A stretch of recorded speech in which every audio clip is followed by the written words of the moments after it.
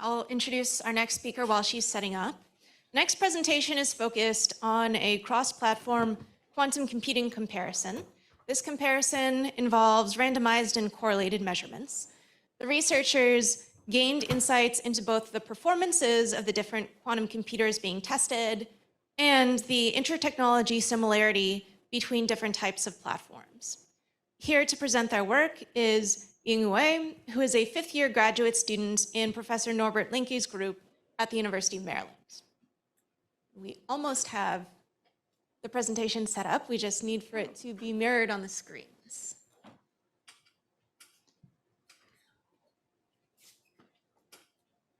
Oops. Okay, yeah, let's. Looks like that's for the lighting. Yeah, so you want to select video source, and then this PC. Also, we now have a microphone that should be free for questions. I think Billy Brash will be running around with microphone in case someone would like to ask something in a manner that will be heard by everybody else in the room. Is it okay? All right.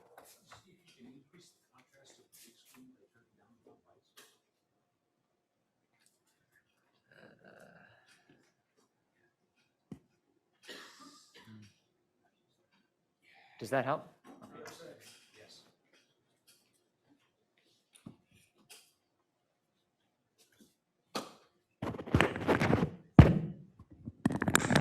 I think this microphone is working now. Hello, everyone. My name is Yingyue. I am a grad student at the University of Maryland. I'm very honored to be able to present our work on cross-platform comparison of an arbitrary quantum state. And this work is done in collaboration with many great researchers that was at the University of Maryland when the work was done. And since then, many of them have moved on to different institutions and some into the industry. And so the work presented here is in the paper shown on this slide. And I'm also showing all the authors, name of all the authors.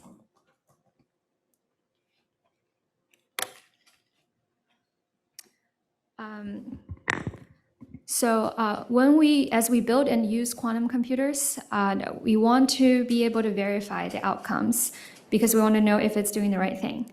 And for example, if we're preparing a quantum state, one direct way to do it is to compare the experimentally prepared state with the theoretical simulation and calculate the state fidelity. And if you want to calculate the fidelity of a quantum process, for example, there are protocols such as randomized benchmarking or psycho-benchmarking and many others that will allow you to extract the fidelity of quantum processes.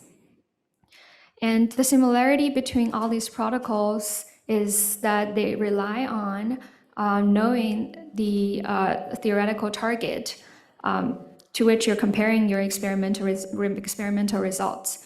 And this is how these protocols utilize the exact knowledge of the theoretical target to improve their efficiency. But what if the target is unknown? What if, say, we assign a task to the quantum computer that is hard to verify or intractable classically? And what are the alternative ways to do it? And one of the natural thing you can think of is that we can compare quantum results to quantum results. So in the specific setting we're studying in this research is that we want to compare quantum devices. We want to compare unknown arbitrary quantum states that are potentially prepared on different platforms, maybe at different locations at different times. So imagine you assign a task to two quantum computers and ask them to prepare a quantum state row. And they execute the algorithm at their best ability and give the results row A and row B. So then how do you know how similar is row A to row B? And or in other words, how do you know what is the cross-platform fidelity between row A and row B? Note that rho A and rho B are probably going to be mixed state here, even though the task might be, even though the target state rho might be a pure state. So you get to pick your favorite mixed state fidelity metric. There are many of them. The one we pick is this Hilbert-Schmidt metric, which is basically the overlap between rho A and rho B normalized by their purities. And this problem, comparing arbitrary unknown quantum state is interesting because you can use it to potentially verify quantum results. But also, we also thought that since there's so many platforms based on different technologies that are available in today's quantum computing labs, I'm just showing a few examples here. And so it would be interesting to look at how these platforms prepare the same state or execute the same quantum task differently, or like how does the underlying technology affect how the same task is executed on these quantum platforms. And then this technique comparing quantum state prepared on different platforms we hope this will, by doing this research, we will be able to gain some insight in this aspect. So the question is, how do we extract this quantity exactly? Well, the fully quantum way to do it is to use a quantum link or quantum internet, which will allow quantum state to be teleported coherently from one device to another device, and then they can be compared locally by doing a swap test, for example. But the only issue with this protocol is that such a quantum internet is very hard to build. The high fidelity teleportation of a large quantum state is very hard to achieve and is probably not going to be available in near future. Another way to do it is a brute force full quantum state tomography. And unfortunately, this will require a number of measurements exponential in the system size. And so we want to ask, how do you do this more efficiently? That's more efficient than a full state tomography before the quantum internet becomes available. So this technique, randomized measurement based fidelity estimate protocols are proposed in this 2012 paper. And it is a way to efficiently evaluate functions of the density matrix of a quantum state without having to fully reconstruct the density matrix itself through randomized measurements. And how the idea behind it is roughly like this. Say if you prepare a quantum state on a system and then you measure it in Z basis, then you learn information about this quantum state projected onto the Z basis. And if you if you rotate the quantum state by applying a rotation unitary before the measurement, you're able to learn something about the quantum, and you perform the same projective measurement, you'll be able to learn some different information about the state in a rotated basis. And say you repeat this many times, and each time you append a random rotation before the measurement. And there's and then this random rotation should be drawn from some distributions. For example, it can be from a product of unitaries that are randomly drawn from local unitary to design. And in that case, you'll be able to learn, with all these measurements in different bases, you'll be able to learn a lot about this quantum state. And you might want to ask, like, this kind of sounds like a state tomography. You're rotating a state and measuring it in different bases. Why is it better? And this is because people can use the statistical correlation between the randomized measurement results to reconstruct useful information without having to calculate the full density matrix. So that allows you to use less measurement than the full state tomography. So in order to do cross-platform fidelity estimation with randomized measurements, I think first I should mention that, like, more specifically, the randomized measurements are helpful because from the statistical, as I already said, from the statistical correlations, you can infer nonlinear functions and non-local functions of the density matrix rho. For example, people have calculated Rayleigh entropy and also showed ways to calculate the trace of the density matrix to nth power without having to fully construct a row. And specifically for the cross-platform benchmarking, the number of measurement needed with randomized measurement scales as 2 to the bn, with b smaller than 1, which is better than a state tomography, but still exponential. So there's still a limitation. There's still this protocol is still limited in a sense that you can use it to benchmark systems that are bigger than full state tomography can do, but you still cannot benchmark a large quantum system with it. Okay, so in order to use randomized measurement to do cross-platform fidelity estimation, first you want to construct the circuit, which consists of a state preparation unitary and random rotation. Then you want to distribute the circuit to the platforms that are going to be characterized. Well, I guess I shouldn't say the platforms that are going to be characterized. You want to distribute it where what we're comparing exactly is the state prepared on the platforms, not the platforms themselves. So you distribute the circuit to the platforms.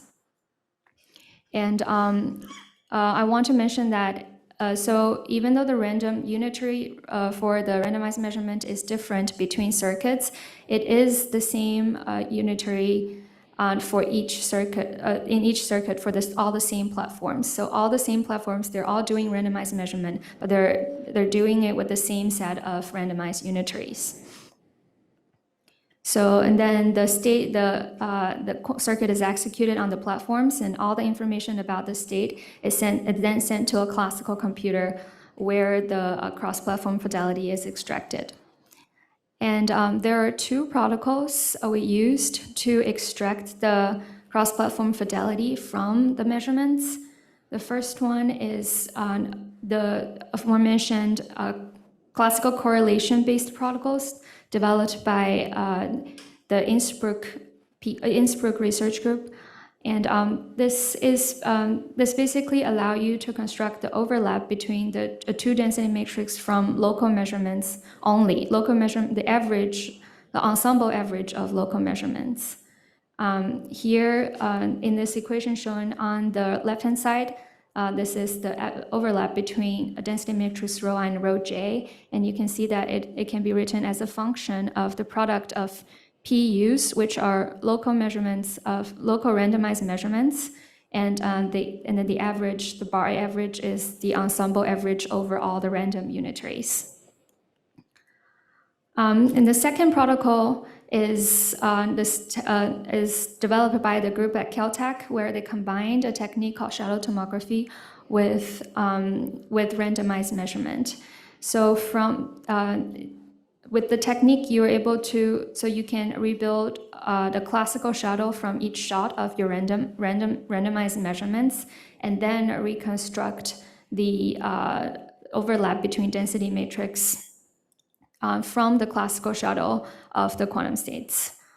And we evaluated the resource overhead required by both protocols, and noticed that the classical correlation-based protocol requires less post-processing resources.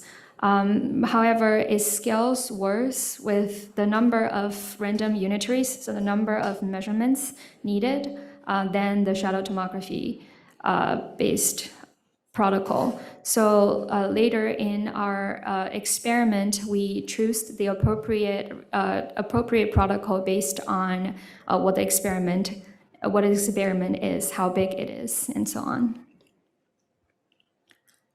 So these are the platforms that participated in this study. There are 3 in total, actually 4 trapped ion platforms and 5 IBM superconducting platforms. So the first platform, which will be labeled as UMD1 in the results slides, that's coming up is the Eureka system that was in UMD when the research was done, but now has moved to Duke.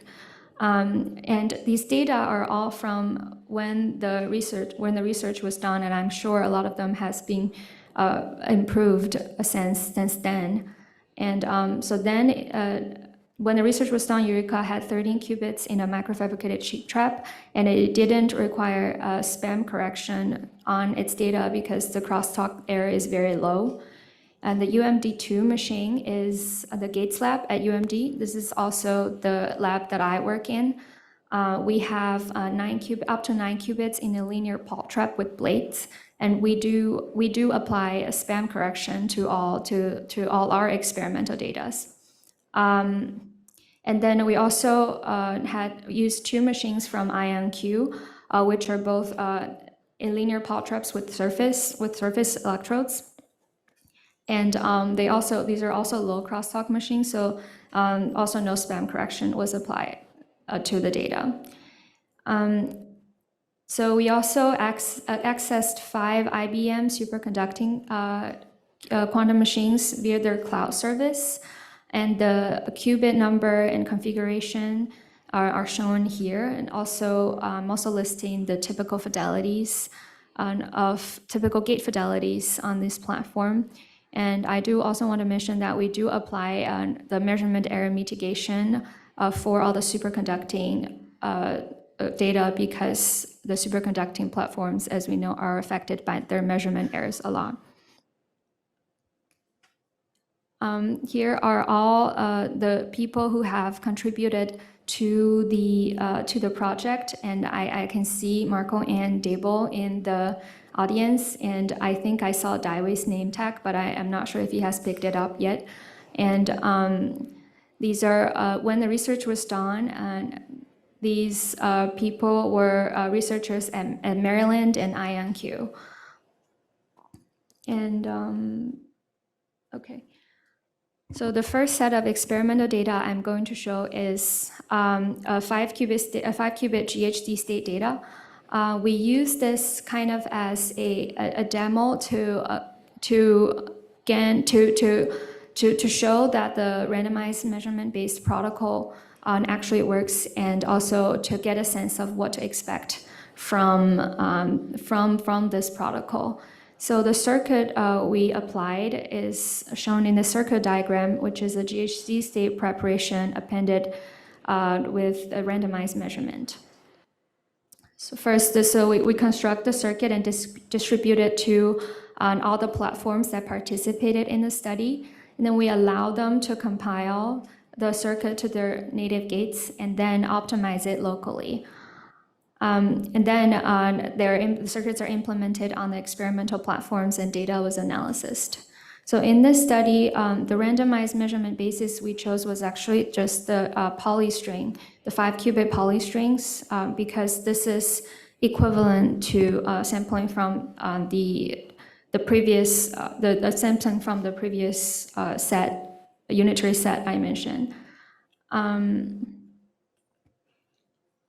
So for this specific experiment, we actually performed a measurement of this GHD state in all 243 different polybases, which consists of a full state tomography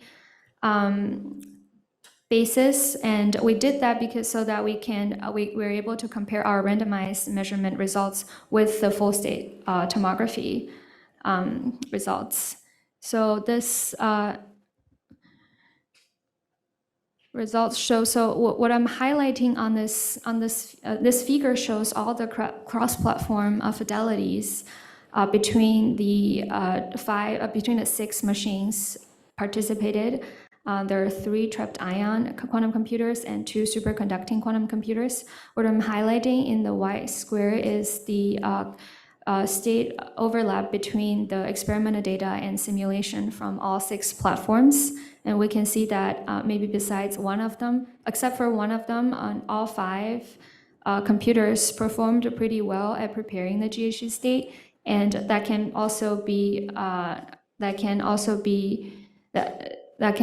can also look at the cross-platform fidelity, maybe besides between all these platforms to see that the overlap is quite high, which shows us that they all performed pretty well on this task. And then we wanted to compare the randomized measurement-based protocol with the full state tomography. So that's why we calculated what is the fidelity difference, the difference between the fidelities calculated from the full state tomography and the randomized measurement-based protocol, and then plotted against the number of measurements that's included in the randomized measurement protocol analysis. And that is, the results are shown in this figure here. So you will notice that the y-axis is very small, and then so with just a small part of the measurement needed for full state tomography, the randomized measurement was able to approach the results given by full state tomography, which means that it performed really well. And then we moved on to benchmark a quantum state that's prepared by a quantum volume-like circuit, so that it's random. We call this a quantum volume-like circuit is because, so this circuit consists of layers of unitaries, and in each layer there is a random permutation of qubit number, qubit label, followed by the random nearest neighbor entangling gates, randomly drawn from SU4. And this is the construction of the quantum volume circuit, except that the quantum volume circuit would require more layers. But in our experiment, we execute less layers than it would have been in a quantum volume circuit. So when there's D layer in the quantum volume-like circuit, we call it a depth D circuit. And we implemented this on 7 qubits with depth 2. And there's 3 trapped ion quantum computer and 2 IBM quantum computer in this experiment. And so we picked 500 randomized. We did 500 randomized measurements, and we repeated the experiment with the depth 3 circuits, also on 7 qubits, with 500 randomized measurement as well. And then we also did a 13 qubit experiment with a depth 2 circuit.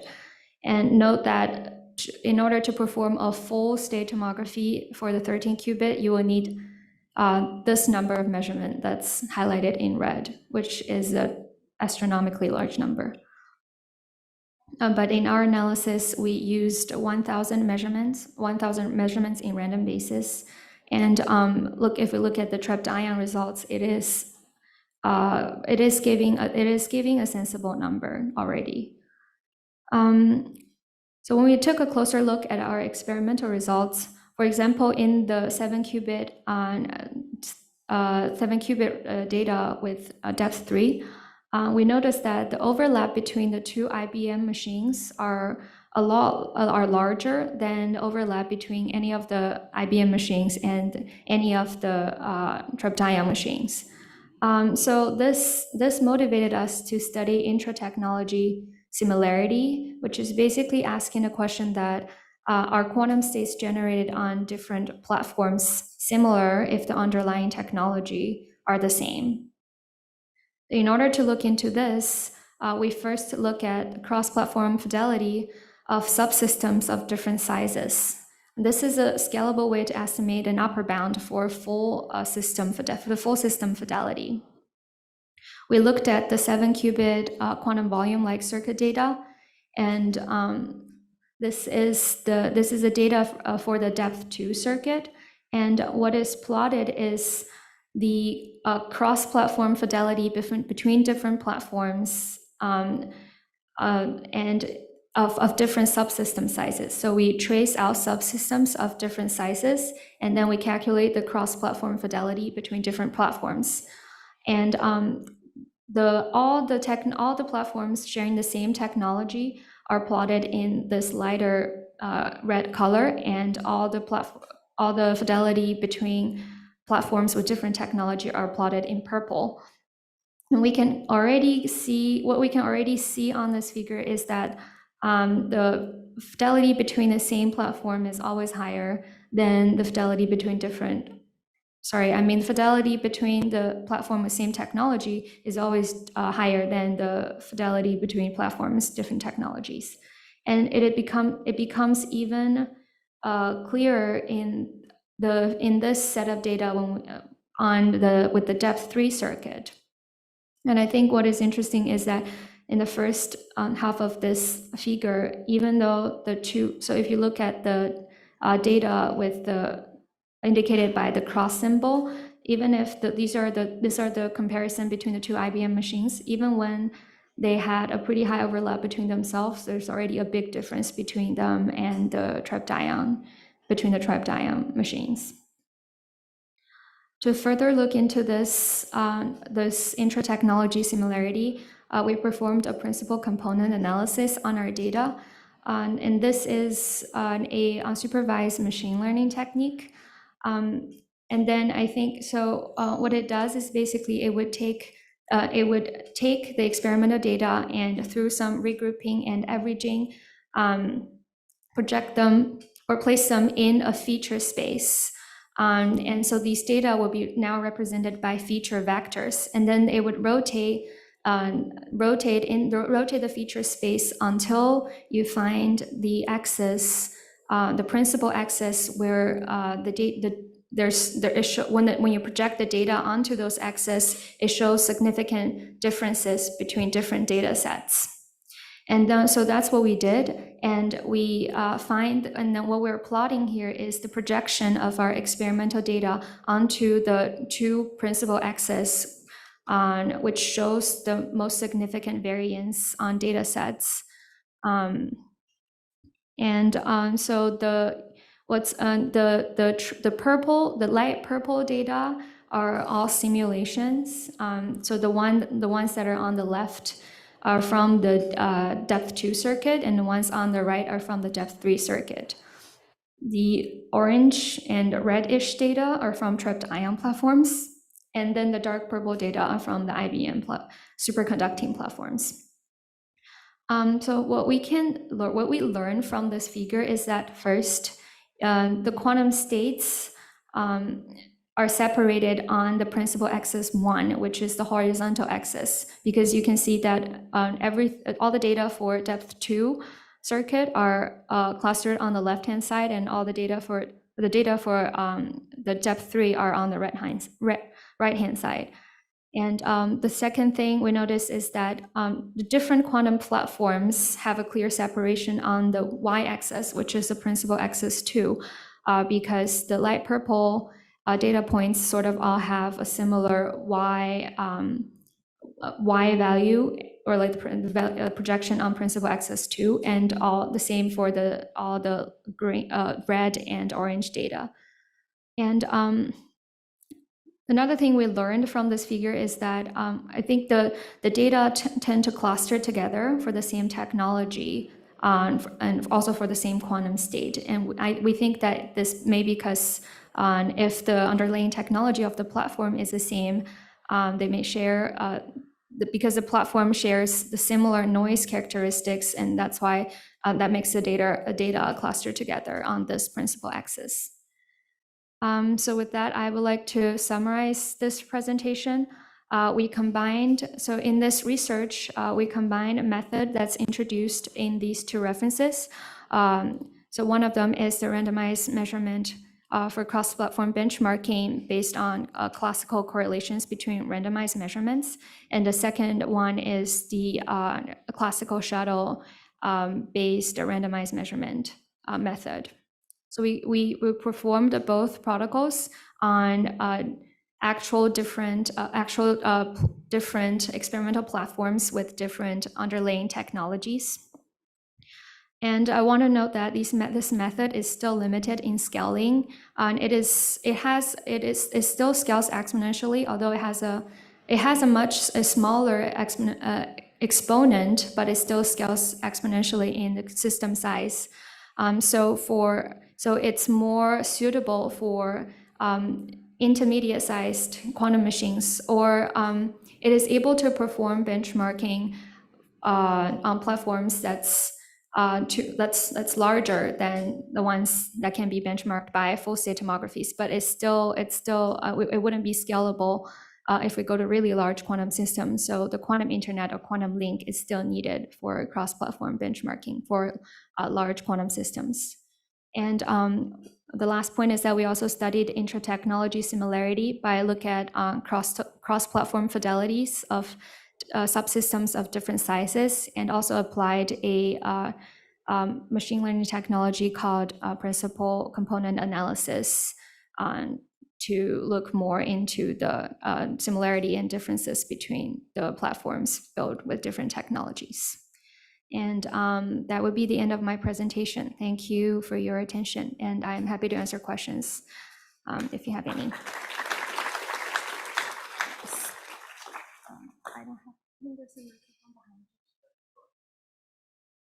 Oh, so the differences that you see between the technologies seem to be greater than the fidelities that you expected to get out of those technologies. And I'm wondering what that says about the noise models. And you mentioned something about, let's say, the crosstalk you saw in the University of Maryland ion trap system. And so what I'm interested in, I guess I have the fear that there are really hard noise models lurking out in the future for us to simulate quantum platforms, things like non-Markovian processes and things like that. And so I kind of divide things into like fidelities that we understand really well, crosstalk that maybe we understand kind of what it is, and then all these nasty non-Markovian things that we have no idea how to deal with. Can you say anything about the relative magnitude of those from what you've looked at already? Is there relative magnitude of different type of noises in the system? Yeah. Or? So is the differences that you see just predicted by the relative fidelities? Are they predicted by the fidelities plus the crosstalk, or are they predicted by nothing at all? I guess is my question. I see. So for this particular research, we didn't perform like a noise analysis, first of all. Yeah, and no, I understand that. It's just that you've got. Yeah. It's just that you've got platforms that have lower crosstalk Right. than higher ones, and so I guess I'm. I understand you didn't do an in-depth noise analysis. This is just really interesting, and I'm just wondering what your intuition tells you about the noise processes in these different platforms. Yeah. So first, I want to say that there is like one piece of evidence I want to mention, which is that I think we did perform the same, like this benchmark on the superconducting data with and without measurement error mitigation. And it actually, the measurement error mitigation, I think, from what I remember, it actually didn't make a big difference. And, but it doesn't mean, and I think there's studies on these two, at least the randomized measurement-based protocol with classical correlation, that it suppresses measurement, that suppresses spam error, so state preparation and measurement error to the second order, I think. Sorry, like don't quote me on this because I don't remember exactly, but it's being studied. And so there's some robustness in this protocol against the spam errors. But so specifically in trapped ion platforms, I think most of our error comes from the gate errors, and we do have spam errors, but we apply a spam correction to correct for it. So we don't think that should be like the dominant noise source in our systems. And sorry, I'm not sure what answer. It was kind of a long question. Maybe like I already forgot some parts what you asked. Let me ask a much simpler question. Yeah. Why do trapped ions do better than superconducting compared to simulation in your study? Oh, I think this is a question hard to answer. It's a simulation. You mean like in the fidelity benchmark?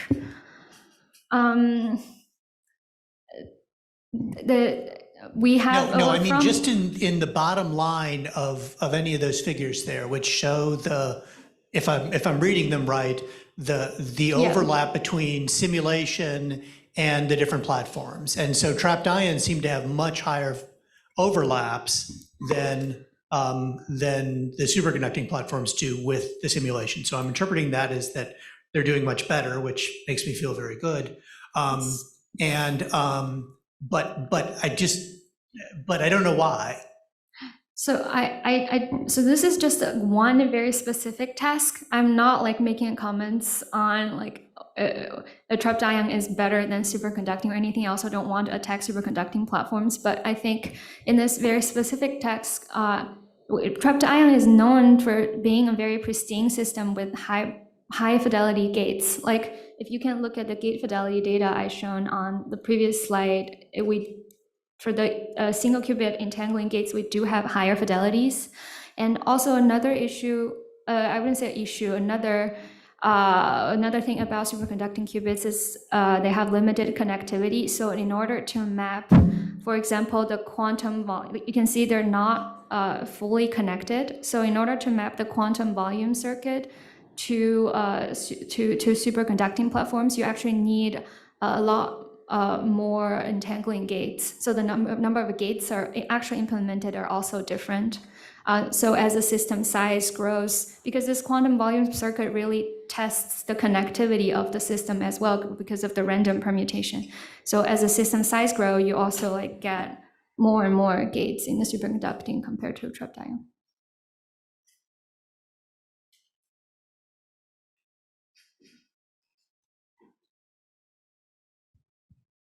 Kind of to touch on the same point there, in the actual circuits that you're running for these quantum volume things, when you compile them down to the native gate set, they look, I assume, very, very different, especially with the superconducting needing these layers of swap gates. In the trapped ions, you just reorder your numbering. Yeah. If you were to run the same circuit with these, in the trapped ion, it would be unnecessary swap gates, but it would add extra noise. Would you expect to see more similarity between the different architectures if you were to run the exact same circuit, kind of compile them, I mean, up to the native gate set, kind of in, say you constrained your trapped ions to be geometrically local or to have the same connectivity as the transbond systems? I think so. That is, I think there are other studies that maybe performed that similar type of experiment as you described. They implemented a more similar circuits. I don't know how to comment on the fidelity. I think it really depends on the specific system you use, the gate fidelity in that system, and the circuit you implement.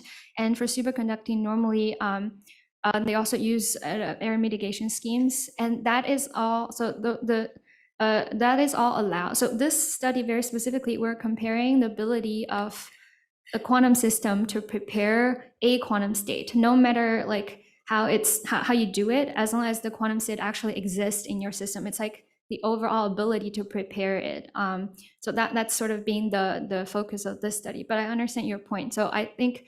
But the answer, I think, is that if you run exact same circuit, it really depends on like your system and the specific gate you use, you know, like your gate fidelity and everything, to see which one will perform better, which one will not. Thank you. No problem. Thank you for the wonderful talk. Is the data from this work publicly available somewhere? Oh yeah, it's in this paper at the bottom right on the slide.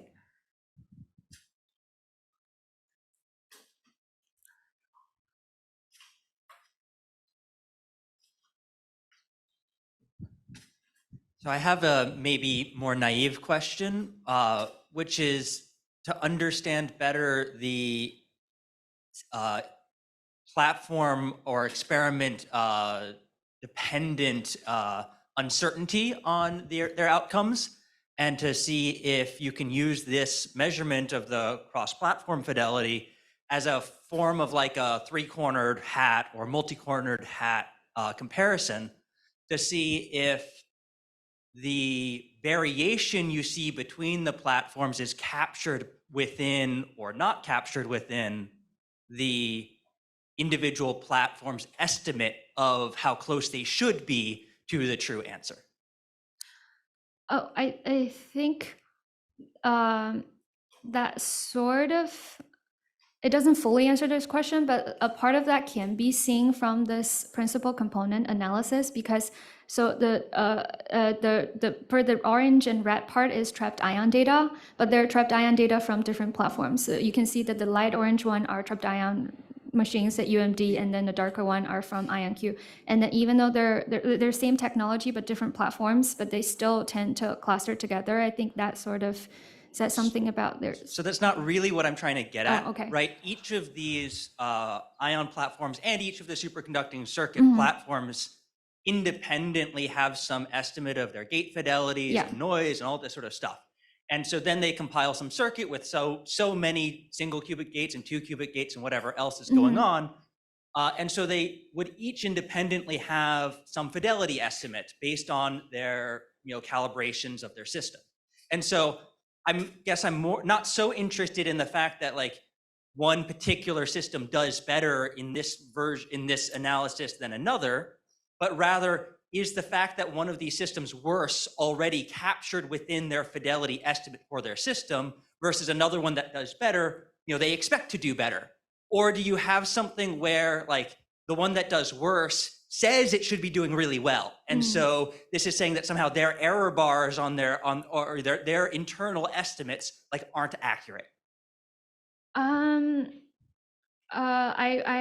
don't have like any data on this, because I don't think we performed like an estimate of the fidelity before we implemented the experiment, but I can speak on like just the feeling I got from looking at this data and also my experience working with trapped ion quantum computers. I would think that the performance, especially in these experiments, are aligned with my impression of how like the system should perform. For example, in the five qubit experiments, we have the one of our smaller systems prepared a much higher fidelity GHCC that's with higher fidelity than a larger system, and then later when the system size grow, you can see the same platform, which is UMD2, which is the experiment I'm working on, the fidelity dropped significantly lower than the UMD1. It was higher than UMD1 in the 5 qubit. And we know that, and I'd expect to see that, because I know that when we go to a longer chain, our chain spacing becomes uneven and our overall fidelity will drop. And so I guess maybe I didn't answer it very well, but I guess I want to say that I didn't see anything that's like very out of expectation, very like far from my expectation in all the data we've taken. Maybe I don't have a very good sense of how superconducting platforms can perform, but the dramatic drop in their fidelity from like in the quantum volume circuit, which is probably caused by the exponential, the increase in the number of gates they have to, swap gates they have to use, is consistent with my impression and my kind of like prediction that I have in my mind. So let's thank our speaker again. Thank you.